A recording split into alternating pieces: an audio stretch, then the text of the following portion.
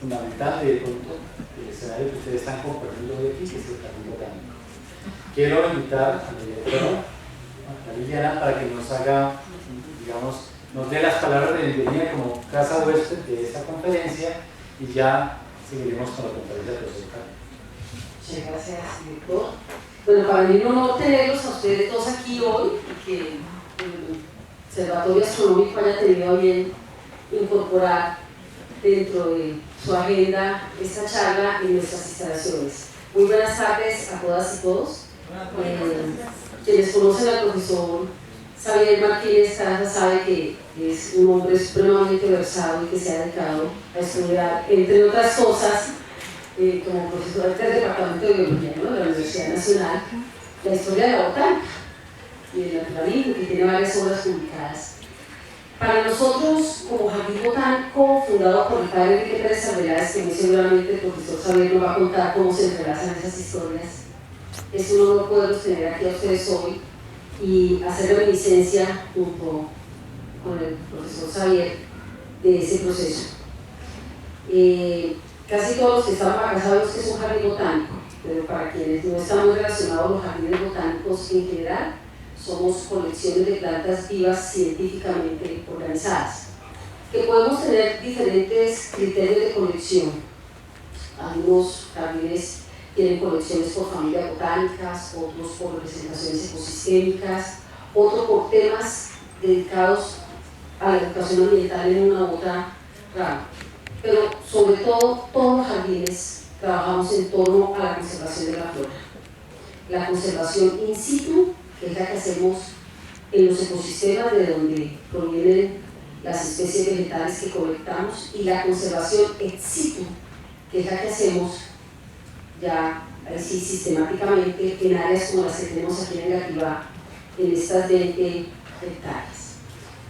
Cuando el padre Enrique Pérez Arbeláez inició todo su proceso, y ya lo van a estar contando, tuvo mucho que ver no solamente con la Universidad Nacional, el Instituto de Ciencias Naturales y la Casa de Botánica y demás, sino también con el Observatorio Astronómico.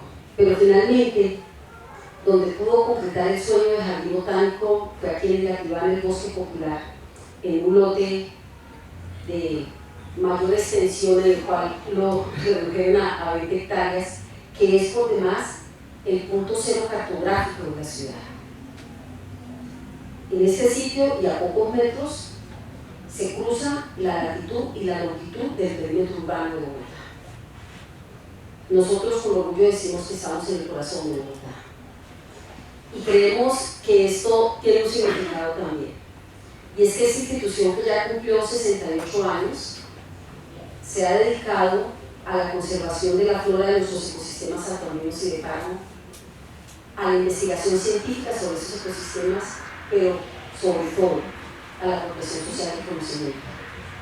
Apropiación social del conocimiento para el cuidado de esos ecosistemas y de las coberturas vegetales de Bogotá, arbolado urbano, agricultura urbana, jardinería urbana, que son parte de nuestra responsabilidad como entidad pública. El Jardín Botánico de Bogotá, José Celestino Mutis, es un espacio absolutamente sui generis y una institución sui generis. Son cerca de 2.500 jardines botánicos en el mundo. En Colombia somos 21 jardines botánicos. De entidades territoriales creo que somos 2 o 3 tal vez. Algunos otros de universidades y otros de iniciativas privadas. Y este particularmente no solamente hace lo que hacen todos los jardines botánicos, que es una colección de plantas vivas científicamente organizada, sino que se dedica a cuidar el arbolado de la ciudad. Más de 1.400.000 árboles de la ciudad están bajo nuestra responsabilidad. Estamos promocionando huertas, más de 20.000 huertas. Estamos trabajando en torno a la jardinería. Cuidamos 140.000 metros cuadrados de jardinería a lo largo y ancho de Bogotá. Hacemos restauración ecológica. En este plan de desarrollo que lidera nuestra alcaldesa Claudia López, debemos plantar más de 305.000 árboles. Pero sobre todo, como les decía, hacemos educación ambiental en espacios como este, de divulgación del conocimiento científico, que nos permite apropiarnos sobre ese conocimiento y contribuir cada día desde lo que hacemos en el cuidado y conservación de nuestro patrimonio natural. Con la charla que nos va a dar el profesor Xavier, estamos convencidos de que no solamente vamos a sensibilizarnos sino que vamos a hacer un ejercicio de reconocimiento, de conocimiento, de valoración, de aprecio y muy seguramente de orgullo de nuestra historia, como jardín botánico y como botanos. Entonces, muchísimas gracias, director, por habernos dado esa posibilidad, y profesor Xavier, mil gracias. Bienvenido siempre desde su casa. Magdalena, un placer estar aquí en el Jardín Botánico, gracias por las palabras, y en nombre del Observatorio Astronómico Nacional, yo como director, Mario Ramón Higuera, le doy la palabra al profesor Javier Martínez, quien nos va a hacer una interesante charla sobre la Casa de la Botánica y el origen del Jardín Botánico de Bogotá. Bienvenido y gracias. Buenas tardes. La charla que voy a dar está dividida en dos partes. Una es la parte de la Casa de la Botánica y su relación con el origen inicial del Jardín Botánico. La segunda parte está más asociada al Jardín Botánico durante su desarrollo en el siglo XX. ¿Listo? ¿Cómo hago?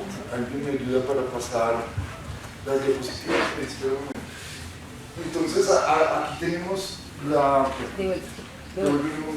aquí tenemos la única representación, que es un grabado de detalle de lo que fue la Casa de la Botánica. Cuando hablo de la Casa de la Botánica estoy hablando de la segunda casa donde se desarrolló la expedición botánica del Nuevo Reino de Granada. La primera estuvo en Mariquita. Entonces, ahora sí, pasas. Este es una pintura, un óleo sobre la Casa de la Botánica de Mariquita, cuando ya había sido, digamos, abandonada para pasar con la flechita. Listo. Cuando ya estaba un tanto abandonada, pero pues digamos era la estructura de la Casa de la Botánica y el Jardín Botánico de Mariquita, donde José Celestino Mutis había plantado los famosos canelos de los Andaquíes. Pero luego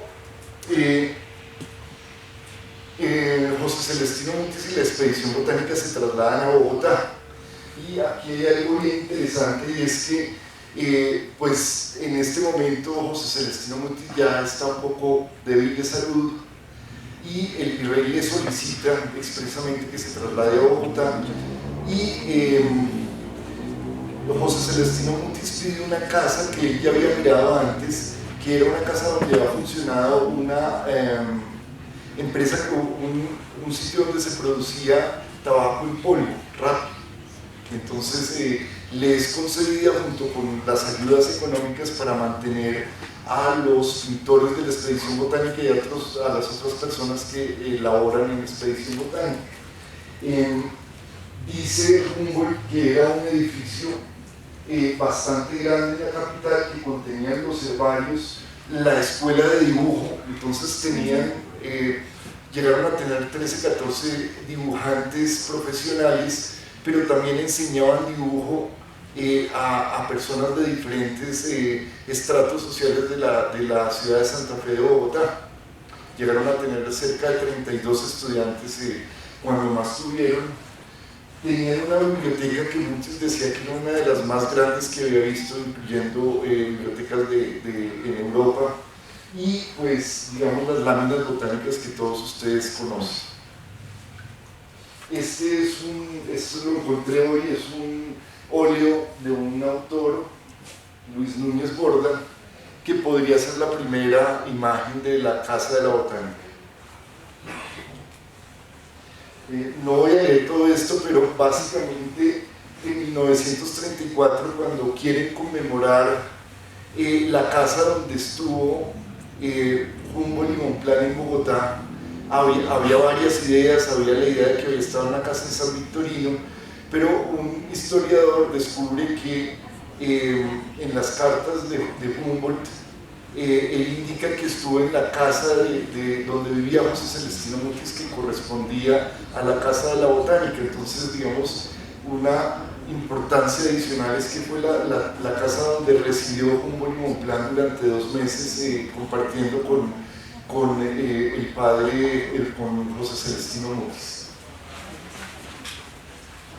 Bien, ocurre el proceso de independencia. La Casa de la Botánica, igual que el observatorio, digamos, es de alguna manera abandonado, y luego hacia los años 1822-23 vuelve a tener importancia cuando se presenta la misión SEA. La misión SEA es una misión que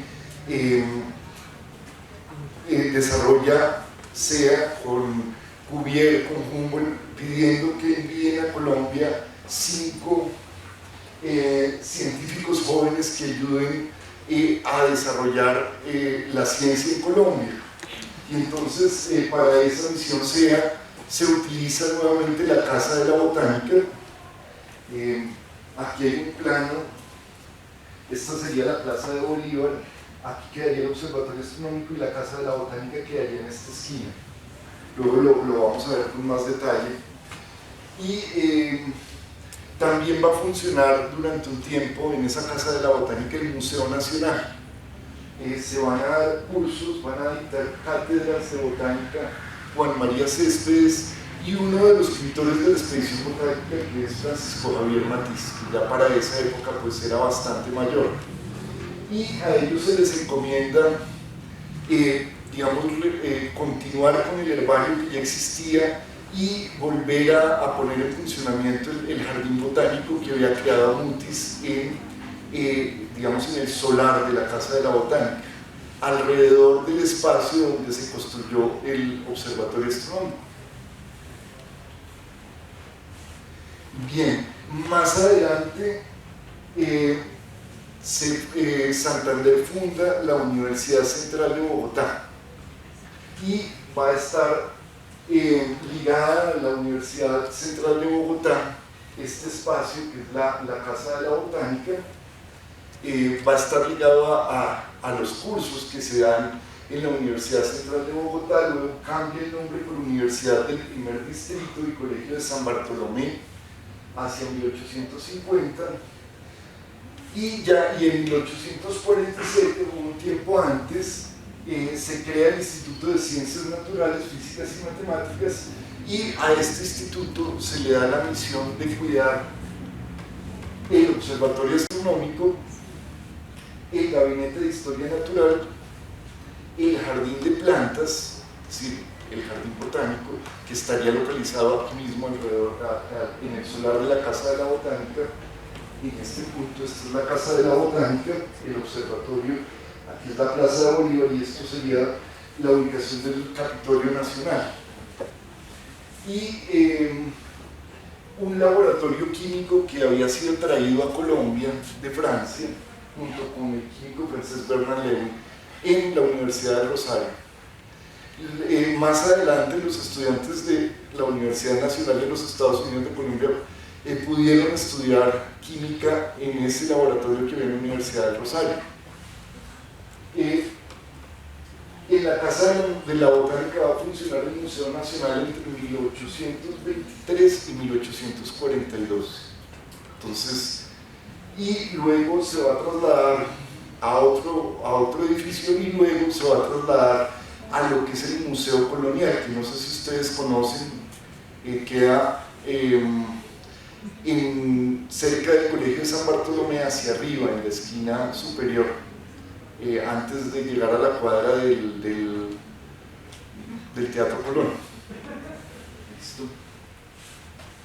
Entonces la Casa de la Botánica hizo parte de la expedición botánica, hizo parte de los planes de estudio de la misión C y luego de la Universidad Central de Bogotá, y luego hizo parte del Museo Nacional, y luego no se sabe muy bien qué funciones tuvo, porque posteriormente, cuando se crea la universidad, bueno, antes de crearse la Universidad Nacional, se constituye el Instituto Nacional de Ciencias y Artes, y en ese momento ya se habla de construir un jardín botánico nuevo, o sea que el jardín botánico que se había erigido ya no estaba funcionando. Cuando se crea la Universidad Nacional, en este monasterio, el monasterio de Santa Inés de Montepulciano, el lugar donde originalmente enterraron a José Celestino Mutis, funciona ahí la Escuela de Ciencias Naturales, a ella le delegan la función de construir el Jardín Botánico de Bogotá, pero nunca se desarrolla. Entonces Manuel Ancísar en 1870, en uno de los discursos como rector, dice que el Jardín Botánico de Bogotá pues no se le ha dado presupuesto y no se ha podido construir. Y de aquí en adelante pues hay un espacio grande de tiempo donde en realidad no existe el Jardín Botánico de Bogotá. Posteriormente, en la zona donde estaba el Observatorio Astronómico, en la zona donde se disponía originalmente el Jardín Botánico, en el solar de la Casa de la Botánica, se construye el Teatro Municipal de Bogotá. Eso es hacia 1890.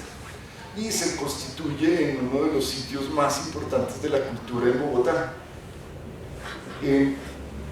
Hacia 1944, la cuadra donde está el observatorio, el museo y el teatro municipal, se construye una calle que atraviesa por la mitad de la cuadra. En ese evento tuvieron que tumbar parte de la Casa de la Botánica y pues queda separada en dos mitades esa cuadra. Posteriormente, bueno, aquí tenemos cómo era la estructura en ese momento. Entonces tenemos la Plaza de Bolívar con una estructura muy diferente de la que tenemos actualmente. Tenemos el Capitolio, la Casa de la Botánica, el Teatro Municipal, aquí está el Observatorio Astronómico y este es el Palacio de la Carrera. El Palacio de la Carrera era la verdadera Casa de Nariño, la Casa de Nariño, de los padres de Nariño y de Nariño. En 1900 ocurre el Bogotazo y en 1951 es demolido el Teatro Municipal. Dicen que hubo un incendio, otros dicen que fue demolido porque era el sitio, y aquí se ve una imagen donde Gaitán se reunía con los liberales y en los gobiernos conservadores toman la decisión de tumbar el teatro. ¿Por qué es importante? Porque hay fotos que muestran la Casa de la Botánica, el observatorio y el teatro, pero hay unas fotos donde se observa el observatorio, la Casa de la Botánica, pero el teatro ya ha sido demolido. Y eso nos garantiza que la Casa de la Botánica por lo menos permaneció hasta 1951. En algunos escritos aparece que fue demolido previamente, pero las fotos claramente muestran que fue demolido en ese año. Bien, en 1953 aparentemente, el historiador Guillermo Hernández de Alba saca unas fotos de la Casa de la Botánica que está en proceso de demolición.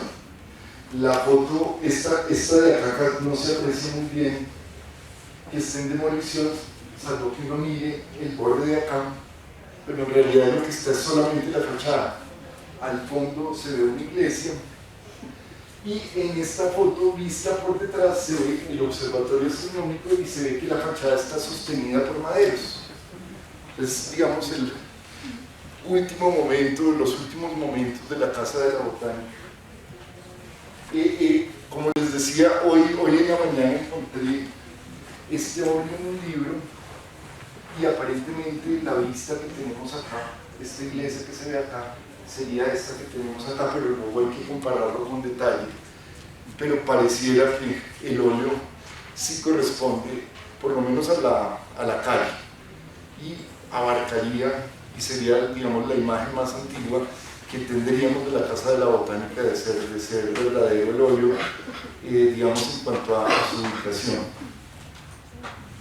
Posteriormente, miren ustedes acá la calle dividida en dos, más adelante en esa cuadra lo único que va a quedar es el observatorio y básicamente la cuadra donde hoy está el parque de Núñez se convierte en un parqueadero, en un gran parqueadero, como vemos en las fotos de abajo. Ahí estamos casi a 2 años del inicio del Jardín Botánico, del proyecto de Jardín Botánico del doctor Enrique Pérez Arbeláez. Bien, hasta aquí la parte que tiene que ver con la Casa de la Botánica. Solamente como reflexión final, entre 1951 y 1953 desaparecieron dos de los edificios más emblemáticos de la ciudad de Bogotá en cuanto a la ciencia y en cuanto a la cultura. En su lugar, 20 años después, se construye, y esto es casi que un resumen de la historia de Colombia, la Plaza de Armas del Palacio de Nariño. En el lugar de la ciencia y la cultura va a estar la Plaza de Armas del Palacio de Nariño. Es como algo paradójico. Bien, luego la artista Adriana Espinosa Calle, tomando las fotos de Guillermo Hernández de Alba, elabora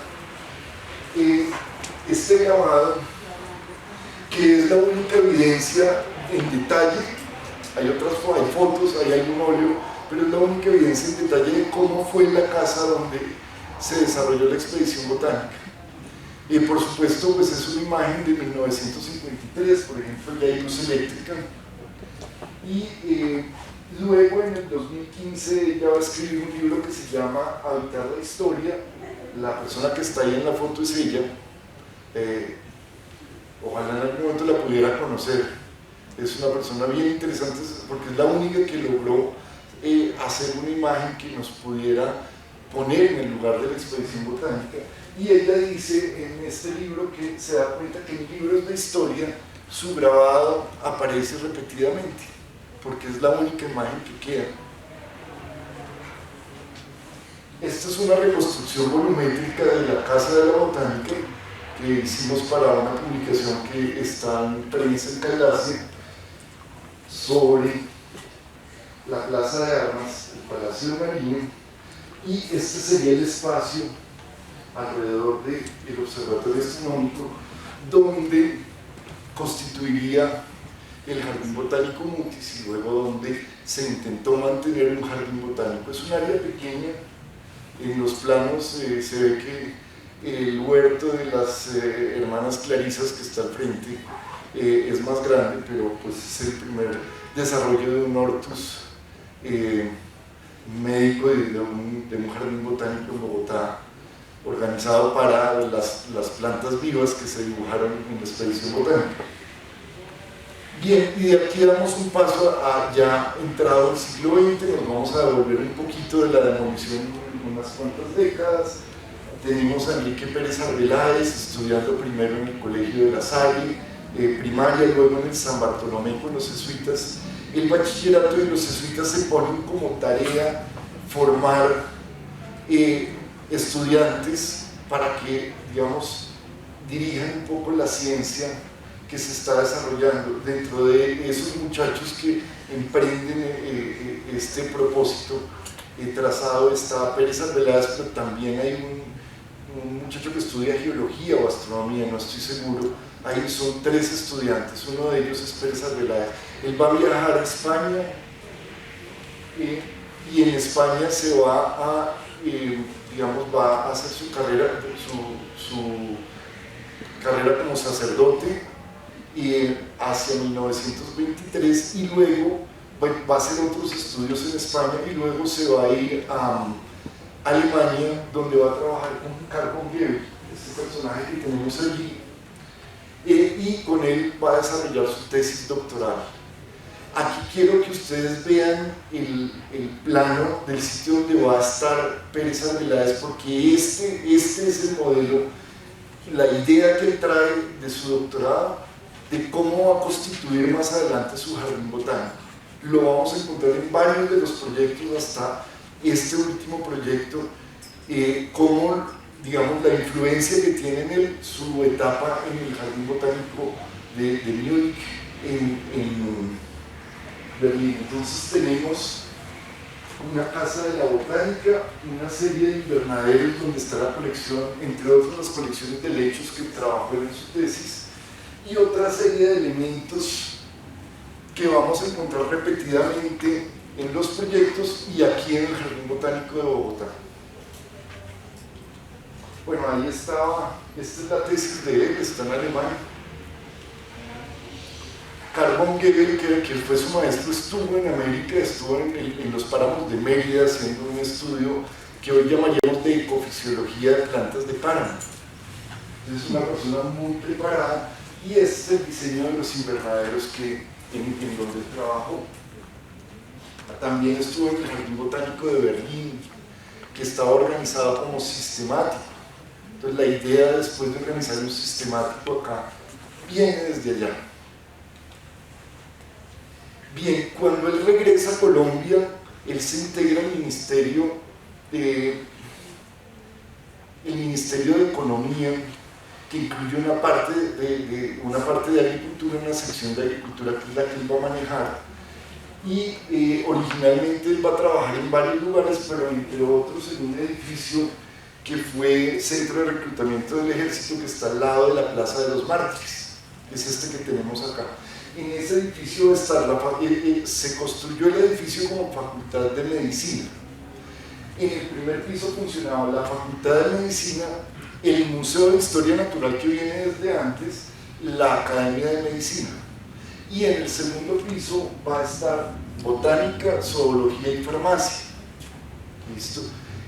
También va a ser el edificio donde surge la odontología, por ejemplo, en la Universidad Nacional. El edificio tiene toda esta área, pero con la ampliación de la Caracas, el área queda muy reducida entre este edificio y un edificio que se llama La Flauta, que queda justo al frente. Esto en este momento está en restauración y conforma lo que se va a llamar pronto Distrito Creativo. Es un sitio muy interesante para trabajar y yo tengo la duda si allí existió algo así como un jardín botánico o un hortus médicos en asociación con los espacios de la Plaza de los Mártires o los jardines interiores del edificio, que son pues más o menos grandes. Esto es un esquema del proyecto de Pérez Arbeláez que sacamos en Credencial Historia. Entonces hay varios elementos. El Museo de Historia Natural en realidad venía de mucho antes, pero Pérez Arbeláez le da un gran impulso. Pero también hay el desarrollo dentro de la Universidad Nacional en dos ocasiones de jardín zoológico. En la primera, cuando el padre Pérez Arbeláez estaba, era parte de la Universidad Nacional. El Herbario Nacional Colombiano, que ustedes saben que es parte de la obra de Pérez Arbeláez, el Instituto Botánico e Instituto Zoológico como propuestas que luego van a quedar como una sola, como Instituto de Ciencias Naturales, y de alguna manera pues el padre Pérez Arbeláez se constituye como el abuelo del Departamento de Biología. La publicación de la Flora de Agutis, que es otra de las labores que emprende Pérez Arbeláez, y por supuesto los jardines botánicos que se propusieron originalmente en la Universidad Nacional, pero que por ventura al final se desarrollaron en un espacio muchísimo más grande, que es el espacio que ocupa actualmente. En los planos de la Universidad Nacional de 1938,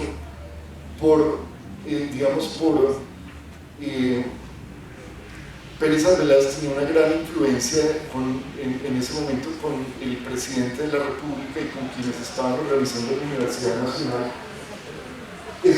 Existía el Instituto de Botánica, donde actualmente está la Facultad de Ciencias, la parte administrativa, veterinaria, y todo este espacio estaba destinado para jardín botánico en ese momento. Pues eso es hacia lo que queda agronomía y esas zonas de edad. En este otro plano, más adelante, se ve más detallado el plan que tenía Pérez Arbeláez en la ciudad universitaria. Instituto Botánico, Instituto Zoológico que tuvo planos, meteorología, escuela de agronomía, jardín botánico, y el Instituto Zoológico internamente iba a tener un pequeño zoológico, tenía unos patios con animales vivos, más las colecciones de animales disecados sin colección. Era una propuesta muy grande y muy consistente, donde toda esta zona de acá sería parte de ciencias naturales. Es el mismo plano, pero visto de lado, pero ven ustedes que más o menos La idea de Pérez Arbeláez era la constitución de una gran zona de la Universidad Nacional dedicada a las ciencias naturales, incluyendo meteorología, incluyendo agronomía, biología, zoología, etc. Este es el arquitecto Leopoldo Rota, quien elaboró los planos, quien desarrolló buena parte de los edificios de la ciudad universitaria. Desafortunadamente, Pérez Arbeláez sale de la Universidad Nacional en 1940 y el proyecto parecería que queda trunco. Este es el sitio donde funcionó el Instituto Botánico, que hoy es la parte administrativa de la Facultad de Ciencias, pero miren ustedes lo que pretendía ser ese, o lo que fue ese edificio en ese momento. Tenía unos patios centrales con un par de invernaderos que hoy no existen, pérgolas para plantas trepadoras como partes, elementos del jardín botánico que se constituyó afuera, herbario nacional colombiano, colección de materias primas, un laboratorio de microscopía muy grande, fitopatología, es decir, no era solo historia natural, estaba metido ya dentro del paradigma de la biología moderna y de la agronomía. Él escribió un artículo en 1937 donde explica por qué hay que construir un jardín botánico, cuáles son las labores de un jardín botánico. Es muy interesante el artículo. Estos son los invernaderos que existían, invernaderos de investigación bajitos, en los patios, las pérgolas, y el sitio donde se empezó a organizar lo que fue el Jardín Botánico Alexander von Humboldt. Para los que son de la Nacional, en el Jardín de Humboldt, que hoy está bastante abandonado y con grafitis y demás, y es un pesar porque realmente es un sitio emblemático de la universidad. Se habían hecho ya diseños de los invernaderos del Jardín Botánico de la universidad. Esto hace parte del artículo del Jardín Botánico de Bogotá, en donde muestra los invernaderos que él ya conocía y expresa las funciones del Jardín Botánico que digamos que se va a desarrollar en el año 38-40. Posteriormente, el Instituto de Ciencias Naturales se traslada a lo que hoy es el edificio de biología, originalmente biología del Instituto de Ciencias. Este es el edificio central de biología y nuevamente, esta vez por intermedio del Dr. Dugan, que sucede a Pérez Arbeláez en la dirección del Instituto de Ciencias Naturales, aparece el diseño de un jardín botánico a los alrededores del departamento de biología, lo que conocemos como campo biológico experimental, quienes estamos allá. Y nuevamente tenemos pérgola, tenemos un lago, tenemos unos monumentos, tenemos una serie de elementos que vienen de lo que vivió Pérez Arbeláez en Alemania y que están en la propuesta de jardín botánico que se va a desarrollar más adelante. Aquí ya estamos hablando del año 1950. Desafortunadamente, ¿qué se construye de todo esto? Básicamente el edificio central. A ese edificio se trasladan las colecciones y poco más. El espacio no da para todo lo que se pretendía. Se pierden las colecciones de fitopatología, las colecciones de María Murillo de controladores biológicos, que fue todo un trabajo que él desarrolló, se van a perder en buena parte, las colecciones de hongos también, y va a quedar un instituto centrado en colecciones de ornitología, de mamíferos, de peces, del Herbario Nacional Colombiano, pero el espacio no da para mucho más que eso. Y ya en el año 50, ¿qué se va a desarrollar en lugar del Jardín Botánico en Biología? A partir de 1955 se va a desarrollar un jardín zoológico alrededor de lo que hoy es el edificio de Biología, y en el año 55 va a comenzar el proyecto de construcción, sí, espero que no esté equivocado en años, del Jardín Botánico de Bogotá, y este es un plano del actual Jardín Botánico. Entonces, lo que hemos hecho en el artículo que ya pasamos y que está en evaluación en Caldas es la comparación de estos planos, el plano del 50, el plano del Jardín Botánico de Múnich y el plano del Jardín Botánico actual, y los elementos compartidos para mostrar que hay una continuidad en el tiempo en las propuestas, por supuesto con un desarrollo en un área muchísimo más grande en este Jardín Botánico. Entonces, no sé si para bien o para mal, pero De pronto hubiera sido interesante si hubiera construido una Universidad Nacional, pero hubiéramos estado mucho más limitados de espacio. Alrededor del departamento, este es el departamento de biología y del Instituto de Ciencias, hay unas áreas. Esta área de acá arriba se constituye como Arboretum Francisco Bayón, en honor a uno de los primeros profesores de la Universidad Nacional de Botánica, y alrededor de biología el doctor Mora, que fue director del Jardín Botánico y que fue un gran promotor de la investigación dentro del jardín, desarrolló lo que él llamó campo biológico experimental. El propósito de muchos profesores en el departamento a lo largo del tiempo es que se constituya una especie de jardín botánico universitario. Estamos soñando que en algún momento lo podamos hacer. Los procesos han sido muy difíciles, son 10 años buscando que el CAEF nos reciba la propuesta para construir una pérgola como uno de los elementos que viene el jardín botánico. Ahorita estamos ante el Ministerio de Cultura solicitando los vistos buenos y llevamos 2 años en eso, pero esperamos que en algún momento se pueda hacer. Los espacios alrededor de biología y algunos más dentro de la ciudad universitaria lo merecen,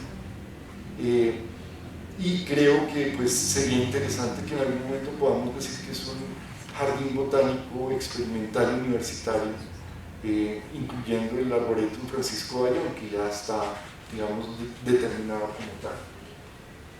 Con estos profesores estamos desarrollando estos proyectos, entonces pues aquí simplemente para agradecer en primera instancia el grupo de patrimonio del Observatorio Astronómico, al que ingresé hace relativamente poco y me siento muy orgulloso de estar ahí porque veo toda la labor que están realizando, y con los profesores que estamos haciendo las propuestas, digamos, para desarrollar físicamente algunos elementos dentro del espacio de biología, tratando de recuperar esta historia.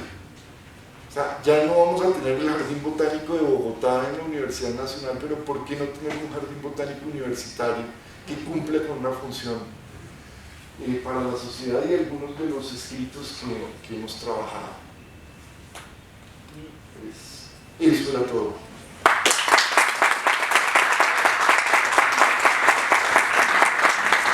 Gracias, por la conferencia, por este interesante recuento de la historia desde la Casa de la Botánica hasta estar ocupando este sitio. Pues aquí el Jardín Botánico tenemos unos espacios para preguntas sobre el Jardín Botánico o la Universidad Nacional. Mi pregunta es, la tesis que escribió Pérez en Múnich, ¿se consigue aquí? Está en la Universidad Javeriana, sí. Yo la conseguí allí, pues, si la quieres te puedo pasar una fotocopia. Ah, sí. Yo no le puedo aprovechar mucho porque no le vale nada. Pero la propuesta es muy interesante. Sí. Sobre Pérez Arbeláez hay un tema que yo estoy trabajando, y es que Pérez Arbeláez estaba muy al día en conocimientos de genética. Y la idea del jardín botánico era apoyar lo que él llamaba con animales eugenesia, o sea, mejoramiento animal y también en plantas. El proyecto era muy sólido en ese sentido. Él era de formación, digamos, sistemático, sabía mucho de clasificación, pero su énfasis era en plantas útiles y no creía en evolución. Y ese es un tema para tocar fino. ¿Será sacerdote? Sí. Nuestros sabios tienen unos detalles. En este caso, él no creía en la evolución y Julio Garay Tornero no creía en la relatividad. Para mirar los contrastes que teníamos. Era muy práctico, todo el estudio de plantas útiles de que Claro, era es una practicidad Una pregunta al fondo. muy interesante. Buenas tardes. Mi pregunta es si usted conoce alguna investigación sobre los paradigmas científicos que orientaron esos diversos momentos de esa cronología que usted nos ha contado, de la Casa de la Botánica hasta el Jardín Botánico. Hoy, y si en su opinión, obviamente es una pregunta compleja, usted nos podría ilustrar un poquito de los paradigmas que impulsaron esas construcciones, ¿no? Esos desarrollos, paradigmas científicos. yo trabajo, participo en la asignatura de Historia del Pensamiento Biológico y mi posición al respecto es que existen dos paradigmas que coexisten hoy en día, pero que no surgen al mismo tiempo, que es el de la historia natural y el de la biología moderna. Pérez Arbeláez está entre los dos. El Instituto de Botánica que él crea y funciona entre el 38 y el 40 es un instituto donde, por ejemplo, se hace investigación en control biológico o se hace investigación, por ejemplo, en fitopatología. Ya está metido dentro de la biología experimental, y él escribe un tratado, siendo muy joven, en España antes del doctorado, escribe un tratado de biología moderno en el que muestra su conocimiento de genética y de una cantidad de cosas impresionante. Entonces, él está en ese paso hacia la modernidad. La otra parte que yo trabajo es en las primeras, ya no en el Jardín Botánico, sino en la Universidad Nacional en el siglo XIX, sí, los profesores que enseñaban en 1868 al 75, que es la época de oro de esa primera parte de la Universidad Nacional, habían leído a Darwin y enseñaban a Darwin, o por lo menos teorías evolutivas, y la respuesta es no. No, a Darwin no, a la escuela francesa sí, a Cuvier, a otra serie de naturalistas sí, a Lamarck, a Blainville, a Geoffroy, a Buffon, pero no a Darwin, lo cual es bien particular, bien curioso. Algún trabajo previo de historiadores decía que sí, porque aparecen en los programas títulos como El origen de las especies. Cuando uno revisa, en realidad se está hablando de las teorías biogeográficas de De Candolle, y es el origen biogeográfico de las especies que influenciaron a Darwin. Darwin lo cita, pero no es el origen de las especies de Darwin. Muy bien. ¿Preguntas? Yo tengo una pregunta. Yo tengo una pregunta que siempre me he intentado y que no la he ubicado en lo que he encontrado en mi información del Jardín Botánico de Bogotá. Me inquietó cuando cumplimos los 50 años, en el 2005, tuve la oportunidad de ser directora en esa época y me sigue intentando todavía. ¿Cómo se dio la asignación, no sé si el profe Isabel lo conozca, de este espacio? O sea, estas 20 hectáreas, ¿cómo se las asignaron al padre Enrique Pérez Arbeláez? ¿Por qué aquí y no en otro lado?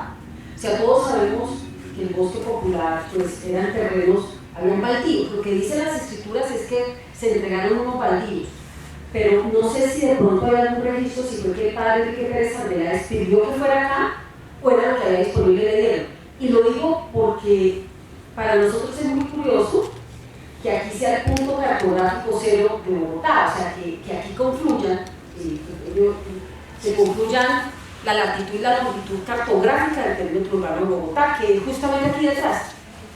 Y en el momento, en la pandemia, tuvimos la posibilidad de recibir algo que la alcaldesa Claudia López llamó la cápsula de la esperanza, que es una cápsula del tiempo de la cual somos custodios. Está en nuestras instalaciones, está en el monóptero. Nos pidieron a varias instituciones que buscáramos un espacio donde agregar esa cápsula que se va a abrir en el año 2038, donde los bogotanos que vivimos la pandemia le contamos a los ciudadanos del 2038 cómo la vivimos y qué aprendimos. Y cuando nos pidieron Jardín Botánico, revisen a ver si ustedes la pueden custodiar, dijimos ¿en dónde? Yo recuerdo que cuando recibí la llamada yo iba hacia la Rocha, hacia la cafetería a tomarme un café y vi el monóptero y yo dije, ese es el único sitio, el monóptero, vinieron, lo revisaron, nos encantó. Nos llamó mucho la atención, primero porque tratamos de buscar la historia del monóptero y nuestro operario más antiguo, que lleva más de 50 años con nosotros, Miguel Quintero, dice que cuando él llegó aquí de 14 años a trabajar con Pérez Arbeláez, sí. Es el principal patrimonio que tiene esta entidad, nuestro activo más importante. Él dice que la hacienda ya tenía ese espacio. O sea que cuando él llegó, ya esto estaba construido. Y durante muchos años, ese era el único punto construido del Jardín Botánico. Ese monóptero que parece como un templo como un templo de esos griegos. Y cuando verificamos, porque hay un reloj de sol que está en el libro de los 45 años del jardín, en donde se dice, este es el punto cartográfico, ya cuando lo verificamos con GPS modernos, efectivamente el punto cartográfico no es el monóptero, sino pocos metros el reloj de sol, ¿sí? O sea, coincide. Entonces, siempre nos ha llamado la atención saber esa confluencia del tiempo y el espacio que tenemos acá, para saber si fue que Pérez Arbeláez, de pronto, que era un hombre como tan visionario, quiso que le asignaran este terreno, identificando de alguna manera con los equipos cartográficos de la época, que era el punto cartográfico cero de la ciudad, o si fue coincidencia de la vida que asignaran este lote para sus baldíos. Hay otras teorías, por ejemplo, que él pidió que fuera acá por la cercanía con la Nacional, para que hubiera como posibilidad de contacto cercano, pero esa es una teoría que no conocemos. Entonces, no sé, profe Xavier, que usted que se ha dedicado a estudiar esto, si tiene alguna razón de cómo fue que el jardín botánico finalmente quedó aquí, en este lote. En 3 palabras, no lo sé. O sea, esa es tarea. Queda de tarea. No sé exactamente por qué en este punto. Me gusta mucho la idea que usted comenta de que fuera por cercanía a la Universidad Nacional, pero es que siempre hemos sido cercanos, Sí, de claro, corazón, toda la vida. por directores, por confluencia de propósitos. Junta directiva, ustedes toda la vida han sido por nuestra junta todo. directiva, el IDEA siempre ha estado en nuestra junta directiva. Sí. Entonces, porque tenemos papá común. Sí, además.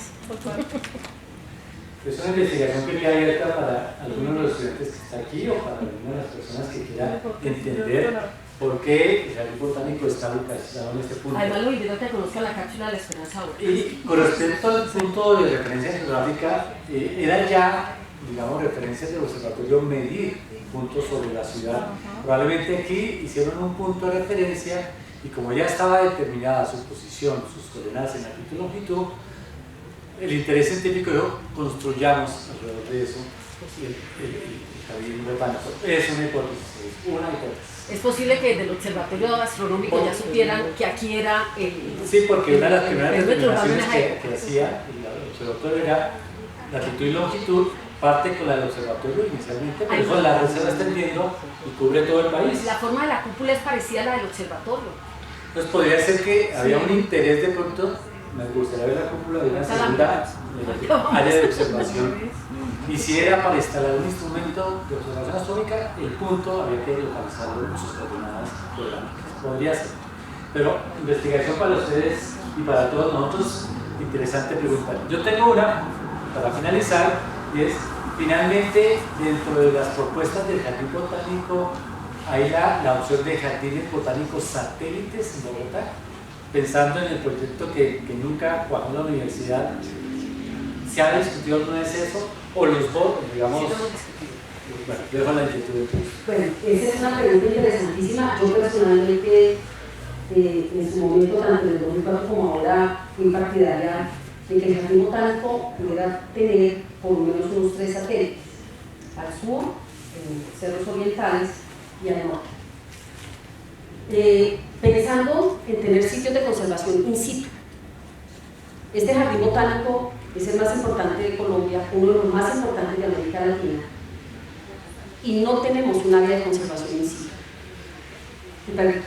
Toda nuestra colección es in situ, o sea, la traemos de afuera, vamos a expediciones botánicas, traemos material vegetal para establecer nuestras colecciones, pero no tenemos un área propia donde nosotros podamos decir, esta es nuestra área de colección in situ.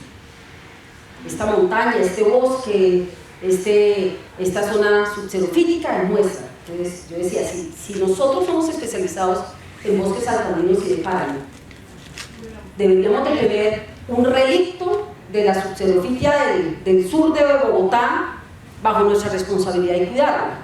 Deberíamos de tener algún espacio, qué sé yo, así sea el Club Verde, donde tengamos representación de páramo real, que podamos tener esa realidad, o en Sumapaz. Deberíamos de tener la posibilidad de tener, qué sé yo, un relicto de las Mercedes, del Santuario de Flora y Fauna de las Mercedes, que es el último relicto de bosque inundable de la sabana de Bogotá. Y los costos que implica que nos entreguen y que podamos nosotros hacer mantenimientos son complejos. O sea, como entidad pública se nos complejiza. ¿Qué hicimos? Nos hemos ido metiendo por otros lados. Tenemos como dato 27 hectáreas en la reserva Thomas van der Hamen, la hacienda de las Mercedes, donde queda el bosque de las Mercedes, el santuario de flora y fauna de las Mercedes, que es el último relicto de bosque inundable que tiene la sabana de Bogotá. Y que la alcaldesa Claudia López, creo yo que en una decisión absolutamente valiente, dijo no va al norte. No vamos a afectar ese santuario de flora y fauna. Jardín botánico, plante árboles. En el plan de desarrollo quedó previsto que plantáramos 14.000 árboles. Nosotros ya hemos plantado al día de hoy 53.000 árboles, con algo que hemos llamado bosques conmemorativos. Allá tenemos un bosque de la salud en honor a las víctimas del COVID. Tenemos un bosque de la cultura en honor al fundador de la Orquesta Filarmónica de Bogotá, el maestro García. Tenemos un bosque de la sostenibilidad que se plantó con el embajador de Dinamarca. Tenemos un bosque de la educación en honor al profesor Abel Rodríguez Céspedes, que fue secretario de Educación y docente de toda la vida. Tenemos algo muy importante, un bosque de la paz y la reconciliación, que fue el primero que se plantó en el año 2014 con el anterior director Olmedo, en honor a las víctimas de una masacre en el puerto Torres, Caquetá. Cada vez que reconocen los cuerpos de las fosas comunes se le entrega un árbol de naval que está plantado allá a la familia. Y alrededor de ese bosque de la paz y la reconciliación sembramos el bosque de los derechos humanos en diciembre del año pasado con la ONU, sembramos el bosque de los derechos humanos. ¿Por qué plantamos esos árboles en torno a bosques conmemorativos? Porque queremos que ese espacio sea un espacio de reflexión, sea un espacio que nos permita, como jardín botánico, contribuir en procesos de transformación del pensamiento y la cultura ambiental. Que desde ese espacio podamos reflexionar sobre las diferentes dimensiones del desarrollo. Podamos hablar de desarrollo humano, podamos hablar de sostenibilidad y de sustentabilidad, podamos hablar de justicia ambiental, podamos hablar de equidad, podamos hablar de una visión de conservación versus una versión de desarrollismo. El plan de ordenamiento territorial nos ha permitido en este momento seguir conservando ese espacio. Y van a ser los bosques, el bosque urbano más hermoso y el aula ambiental más hermosa que vamos a tener en Bogotá, después del Jardín Botánico de Bogotá, después de estas 20 hectáreas, pero va a ser realmente un espacio maravilloso. Allá tenemos representaciones de cómo nuestros muiscas cultivaban en sus camellones es que le llaman ellos, ¿sí?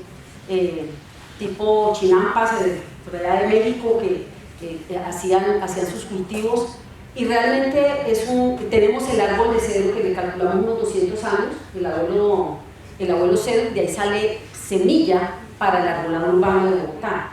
Entonces ese santuario de flora y fauna de las Mercedes hay que cuidarlo, lo estamos cuidando. Entonces no es un jardín botánico, pero sí va a ser un aula ambiental maravillosa, y el profesor Carrizosa de la Nacional, orgullosamente podemos decir, nos está ayudando junto con el EDA y otros profesores de la Universidad Nacional y de otras universidades, ayudándonos en la conceptualización y en la estructuración de la propuesta, epistemológica y demás, que tiene que estar fundamentando este centro de transformación del pensamiento y la cultura ambiental, al cual están todos invitados, así como están invitados ahora que disfruten la agenda de Jardín de Noche, ya que visiten, ahora vamos director, que visiten el monóptero, donde está la Mi cápsula. pregunta también tiene una segunda intencionalidad, porque hay un pequeño jardín satélite que es el jardín del observatorio astronómico, que queremos que vuelva a recuperar algunas de las plantas o árboles que pudieran tener origen en un sitio como es